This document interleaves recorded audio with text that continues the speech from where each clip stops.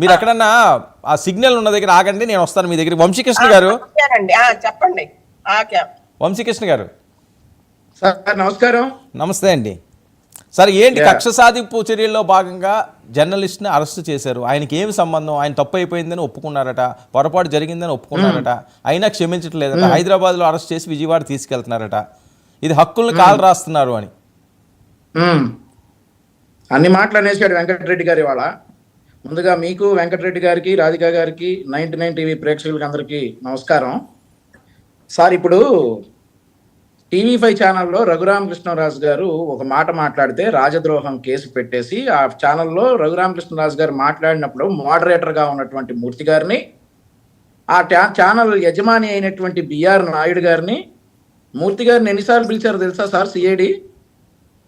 9 సార్లు ఈ 5 సంవత్సరాల్లో మూర్తి గారిని సిఐడి పిలిచి వచ్చిన ప్రతిరోజు 4 రోజులు అక్కడే ఉండాలి. ఏం లేదు, అప్పుడు తప్పు అయ్యి అప్పుడు ఉప్పు అయినప్పుడు ఇప్పుడు ఎలా తప్పు అయిందో వెంకటరెడ్డి ఒకసారి ఆలోచించుకోవాలా.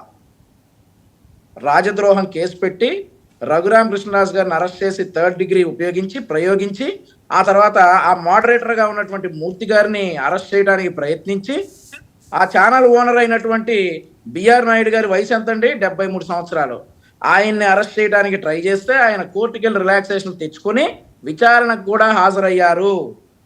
సిఐడి విచారణ కూడా బిఆర్ నాయుడు గారు ఎదుర్కొన్నారు. గత ప్రభుత్వంలో ఒక ఛానల్ ఓనర్ గారు రఘురామకృష్ణరాజు గారు మాట్లాడిన మాటలకి అప్పుడు ఒప్పైనప్పుడు మరి ఇప్పుడు ఈ కోతలు ఎట్లా తప్పయ్యాయో మరి వెంకటరెడ్డి గారు సమాధానం చెప్పాలా. మరి ఇంకో మాట కూడా మాట్లాడుతున్నారు, ప్రజాస్వామ్యం విలువలు, అపహాస్యం, ఇవన్నీ మాట్లాడుతూ ఉన్నాడు వెంకటరెడ్డి గారు. గతంలో ఏమీ గుర్తురాలా సార్. 2019 డిసెంబర్ 17వ తారీఖున ఎప్పుడైతే జగన్మోహన్ రెడ్డి గారు అసెంబ్లీలో రాష్ట్రానికి ఎందుకు 3 రాజధానులు ఉండకూడదు, 3 రాజధానులు మా స్టాండ్ అన్నప్పుడు అమరావతి ఉద్యమం మొదలైంది. వేలాదిగా మహిళలు రోడ్ల మీదకి వచ్చి స్వచ్ఛందంగా వచ్చారు. ఆ తర్వాత శాంతియుతంగా జరుగుతున్నటువంటి విషయాల మీద పోలీసు ఉక్కుపాదాలు, పోలీసు బూటు కాళ్ళు వాళ్ళ రొమ్ముల మీద తగిలాయి సార్. ఏడ్చారు అప్పుడు అమరావతి మహిళలు. చెప్పాం, మాజీ ముఖ్యమంత్రి చంద్రబాబు నాయుడు గారు అప్పుడు ఆయన చెప్పారు, ఆడవారి ఏడుపు మహిళలు మంచిది కాదు జగన్మోహన్ రెడ్డి గారు, దయచేసి ఆలోచించండి అని అసెంబ్లీ సాక్షిగా చెప్పారు. విన్నాడా? వినకపోగా పోలీసులతో ఉద్యమాన్ని అణచివేయడానికి ట్రై చేస్తే 5 సంవత్సరాలు మహిళలు ఏడ్చారు.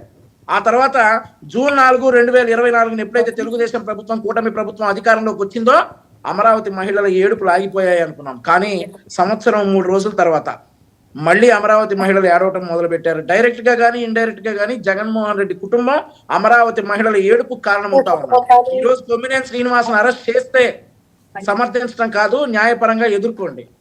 న్యాయపరంగా ఎదుర్కొని మరి మీరు చెప్పాల్సినవన్నీ కోర్టులో చెప్పండి. అతను చేసింది కరెక్ట్ అయితే మరి డెఫినెట్లీ కోర్టు రిలాక్సేషన్. ఒక్క నిమిషం అండి, ఒక్క నిమిషం వంశీ, కాబట్టి అరెస్ట్ చేశారు. వంశీ ఒక్క నిమిషం అండి. పబ్లిక్ కాలర్ ఉన్నారు చిత్తూరు నుంచి, జీకే రాయల్ గారు.